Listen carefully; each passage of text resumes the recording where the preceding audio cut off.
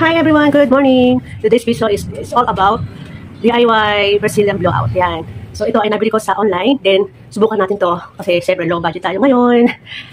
Sobrang dry na yung ating buhok.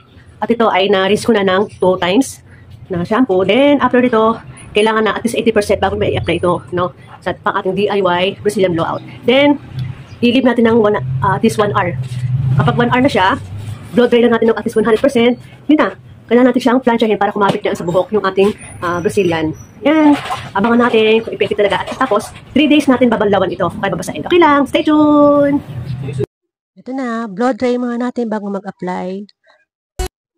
At least 80% na dry ang ating buhok. Kung walang dryer, pwede na syempre tumapat sa electric fan. Bago mag-flat iron, i-portion muna natin ng hair para lahat ng hair malagat pantay. Pwedeng hatiin ito sa 4 na portion. Applying soft and smooth na tayo Brazilian blowout. Sa ilalim ng hair muna tayo mag-start. Honest review, medyo mahapdi lang sa eyes. Kapag sobrang dry na ang hair, hindi naman ito one time lang, diba? After 2 to 3 months, pwede itong ulitin para ma-achieve yung ating ganda ng hair.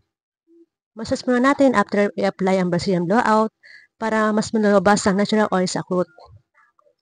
Pwede natin matuyo at least 100%. Ito na. Flat iron na tayo. Ingatan sa face. At yun, hanggang sa matapos lang ang lahat ng hair. Well done!